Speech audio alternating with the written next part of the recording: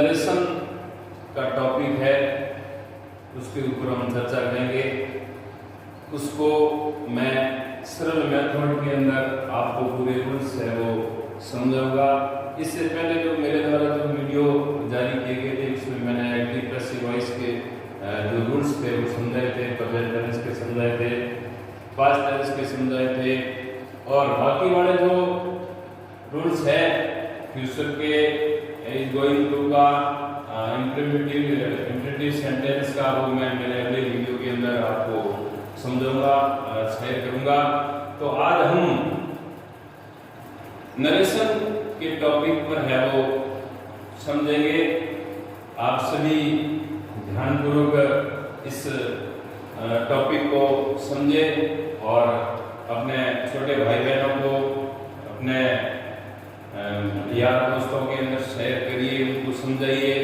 और ये जो टॉपिक है क्लास 6 के 36 से लेकर के 12वीं तक के कोर्स में और जो कंपटीशन परीक्षा की तैयारी करते हैं उनके लिए भी बहुत काम का है।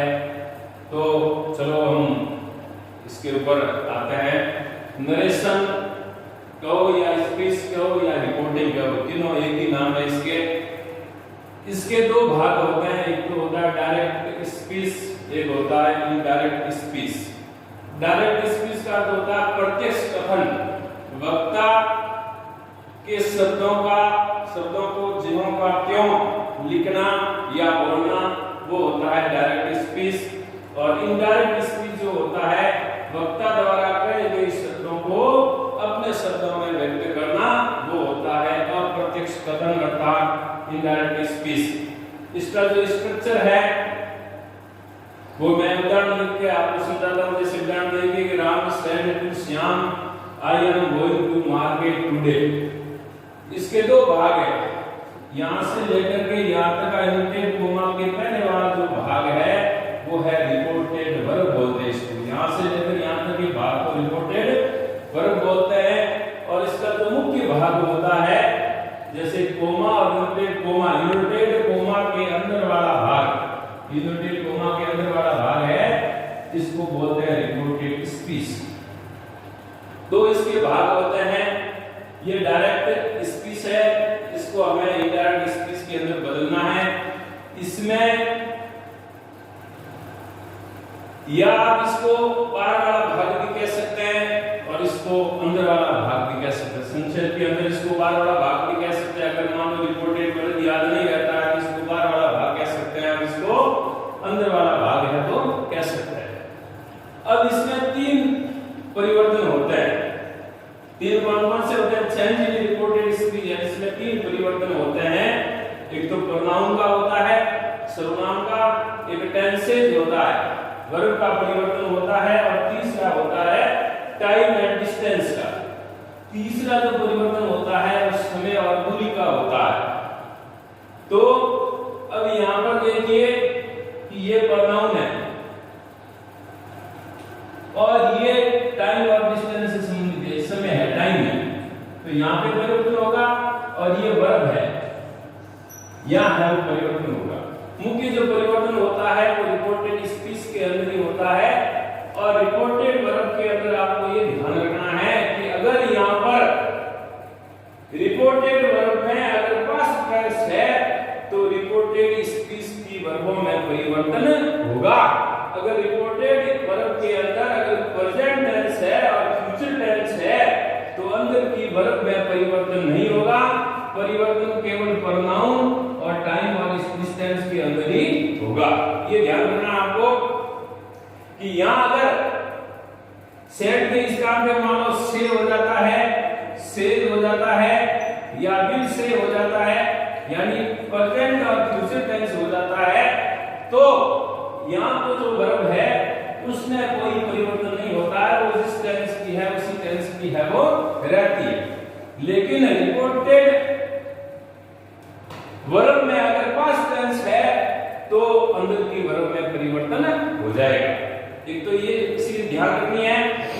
दूसरा जो इसका नियम है कि जैसे हमारे को यहाँ पे देखना है, मैं मेरी भाषा के अंदर बता रहा हूं, मैं मेरी मेथड में बता रहा हूं। मेरी मेथड के अनुसार आपको सरल तरीके से बता रहा हूं कि कोमा और इन्वर्टेड कोमा का पहला वर्ड, ये पहला वर्ड है, कोमा और इन्वर्टेड कोमा का पहला वर्ड अगर कोई नाउन और प्रोनाउन होता है, नाउन और प्रोनाउन होता है, तो कोमा और इन्वर्टेड कोमा हटाते समय या कंजक्शन या कनेक्टिव दैट का प्रयोग होगा। किसका प्रयोग होगा?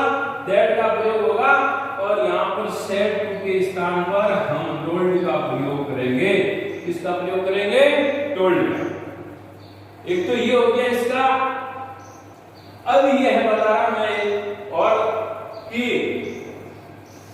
अब प्रोनाउन का परिवर्तन, जैसे मान लो ये प्रोनाउन संबंधी परिवर्तन होता है पहला, तो ये रिपोर्टेड वर्ब है, ये रिपोर्टेड स्पीच है।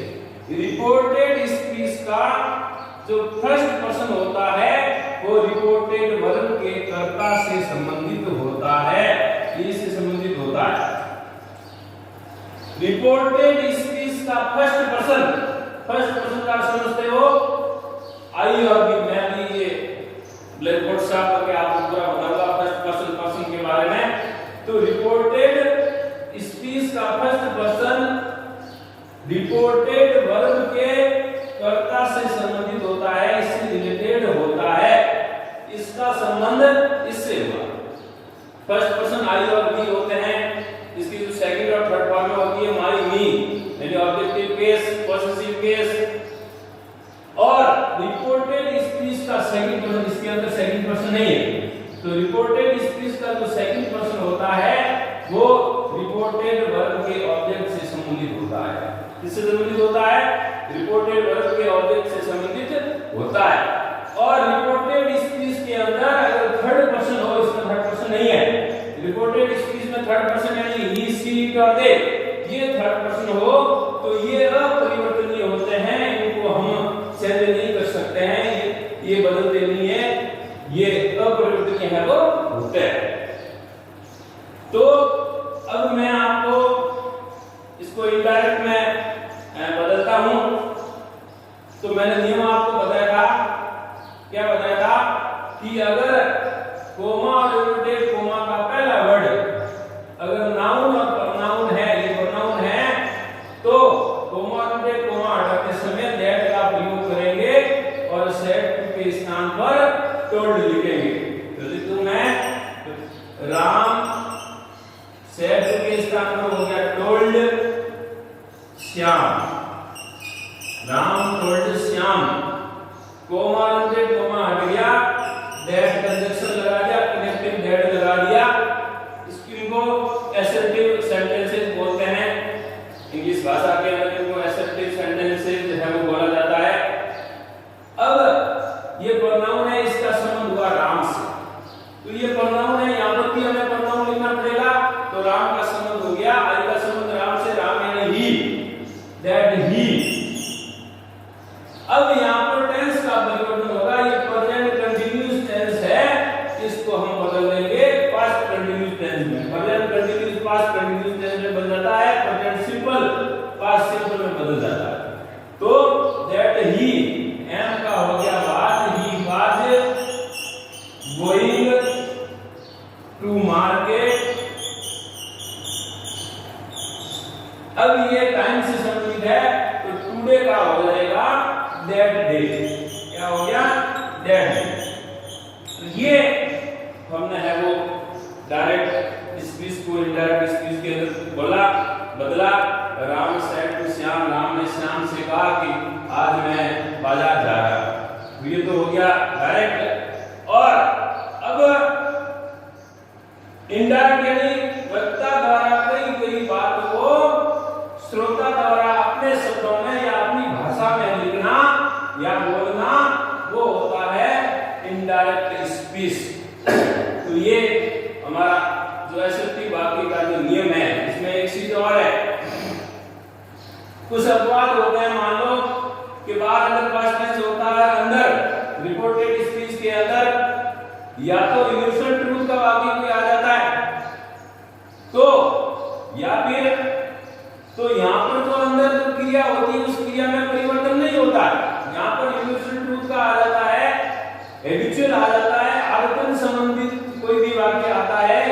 हिस्टोरिकल फैक्ट का कोई भी वाक्य आ जाता है तो यहाँ अंदर की क्रिया के अंदर किसी भी प्रकार का परिवर्तन नहीं होता है, शायद रिपोर्टेड वर्ब के अंदर पास्ट टेंस हो, फिर भी यहाँ क्रिया का परिवर्तन नहीं होगा, टेंस में कोई परिवर्तन नहीं होगा, ओनली परिवर्तन होगा noun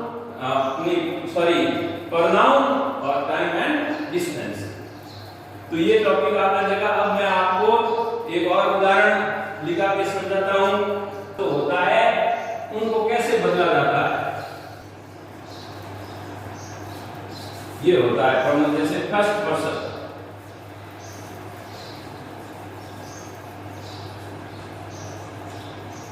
second person,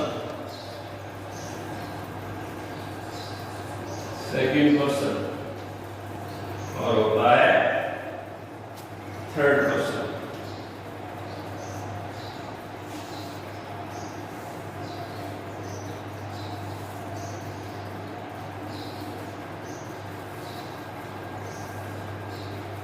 first person में होता है आई और वी, सेकंड पर्सन होता है यू,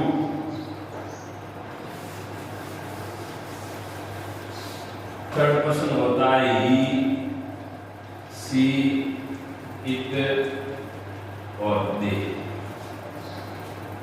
अब जैसे आई का होता है सेकंड फॉर्म, जैसे माई, मी, माई सेल्फ। वी का our, us, ourselves. You का यू, योर और यू और yourself. He, his, him, himself. She, her, हर,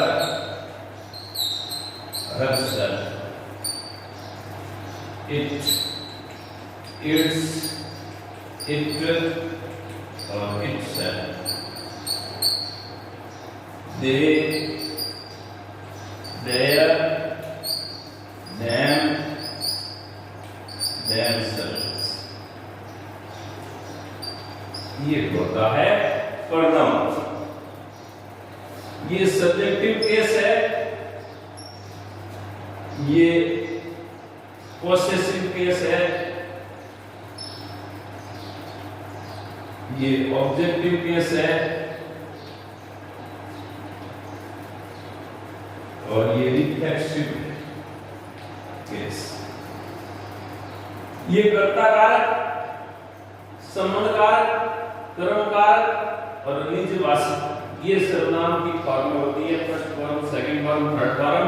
और इन का इसका प्रयोग है वो रिफ्लेक्सिव केस के अंदर होता है, निजवाचक सर्वनाम के अंदर इनका प्रयोग है वो होता है। अब आपको एक उदाहरण देता हूं कि किस प्रकार इनको प्रोनाउन को चेंज किया जाता है। जैसे एग्जांपल है,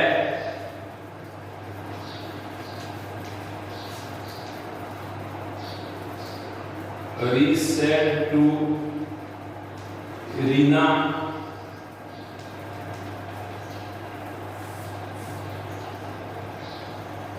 I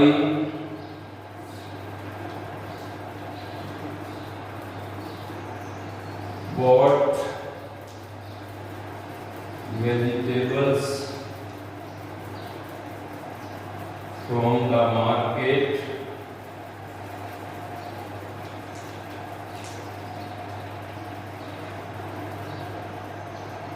I bought vegetables from the market yesterday.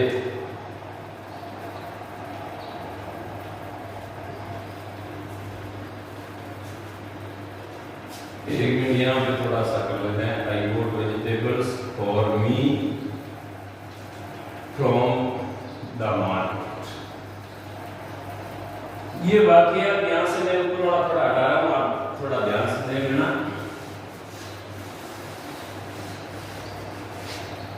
अब ये डायरेक्ट स्पीच है, इनको इनडायरेक्ट स्पीच के अंदर बदल। अब ये तो हो गया रिपोर्टेड वर्ब आरवी और ये हो गया रिपोर्टेड स्पीच। पास्ट टेंस है तो अंदर की वर्बों में है वो परिवर्तन होगा। कोमा रिपोर्टेड, कोमा का पहला शब्द प्रोनाउन है तो यहां पर सेड के स्थान पर टोल्ड का प्रयोग है वो करेंगे। तो हरी टोल्ड रीना दैट, या तो वो आपके समझ में आ गया होगा कि कैसे किया मैंने यहां पर कि पहले आपको ये देखना कोमा रिपोर्टेड, कोमा का वर्ड देखना। सर्वप्रथम यहां ध्यान देना है कि यहां पर प्रोनाउन है तो ये जो कोमा रिपोर्टेड, कोमा हटेगा और हटकर उसके स्थान पर दैट का प्रयोग है वो होगा और यहां पर सेड के स्थान पर टोल्ड का प्रयोग हो जाएगा। ये असेप्टिव सेंटेंस के अंदर जब नाउन और प्रोनाउन यहां आता है तभी सेड के स्थान पर टोल्ड होता है, अन्य वाक्यों में है वो टोल्ड नहीं होता है। अब यहां पर मैंने आपको बताया था कि रिपोर्टेड स्पीच का जो सब्जेक्ट होता है, प्रोनाउन जैसे सब्जेक्ट है, फर्स्ट पर्सन जो होता है वो रिपोर्टेड वर्ब के सब्जेक्ट से संबंधित होता है। इसका संबंध हरी से हुआ तो यहां पर हम प्रोनाउन लिखेंगे, हरी का हो गया ही, दैट ही। अब यहां पर सेकंड फॉर्म है, पास्ट टेंस है, पास्ट टेंस को बदलेंगे पास्ट परफेक्ट टेंस में आपका हैड प्लस थर्ड फॉर्म, ठीक है। That he had bought vegetables for me. अब ये फिर प्रोनाउन है यहां पर मी, ये फर्स्ट पर्सन का प्रोनाउन है। देखो आई का प्रोनाउन है ये मी, आई का प्रोनाउन मी है तो मी का संबंध भी हरि से हुआ, मी का संबंध किससे हुआ, मी है, इसका संबंध हरि से हुआ क्योंकि ये फर्स्ट पर्सन, इसका संबंध हरि से हुआ तो हरि का हो गया ही। अब यहां पर ही है, देखो ये ही और मी का संबंध किससे हुआ, हिम, मी के स्थान पर क्या आएगा, हिम। तो that he had bought vegetables for him from the market yesterday का ये टाइम और डिस्टेंस का सेंटेंस है, मतलब वर्ड है तो यस्टरडे का हो जाएगा the previous day, the previous day. ये आपका है वो और अंत में फुल स्टॉप लगाना है, कोमा को बाकी से है वो हटा देना। तो ये है वो इनडायरेक्ट स्पीच के अंदर हमने बदला। इस प्रकार प्रोनाउन को सेंड किया जाता है। जैसे मी, आई की थर्ड फॉर्म है तो मी का संबंध हरि से हुआ तो इसका जो मैन करता है वो हो गया ही, तो ही की थर्ड फॉर्म लिखनी है ही, हिज और हिम, ये लिखनी है, इसलिए यहाँ पर हिम आ गया। ये सेकंड फॉर्म है उसको हम बदलते हैं हेड प्लस थर्ड फॉर्म, यानी जो सेकंड फॉर्म होती है उसको हेड प्लस थर्ड फॉर्म के अंदर बदलते हैं। तो धन्यवाद दोस्तों, धन्यवाद विद्यार्थियों, जितने भी मेरे इस वीडियो को देखेंगे उन सभी को मेरा धन्यवाद। मैं Om Prakash Chaudhary, senior teacher, government secondary school Senai and director Shri Rajeshwar secondary school Jhawar, आप सभी का आभार व्यक्त करता है। आप इस वीडियो को लाइक कीजिए, शेयर कीजिए, सब्सक्राइब कीजिए। अगले वीडियो के अंदर मैं इसका जो अगला पार्ट होगा उसको लेकर आपके सामने आऊंगा। धन्यवाद, जय हिंद।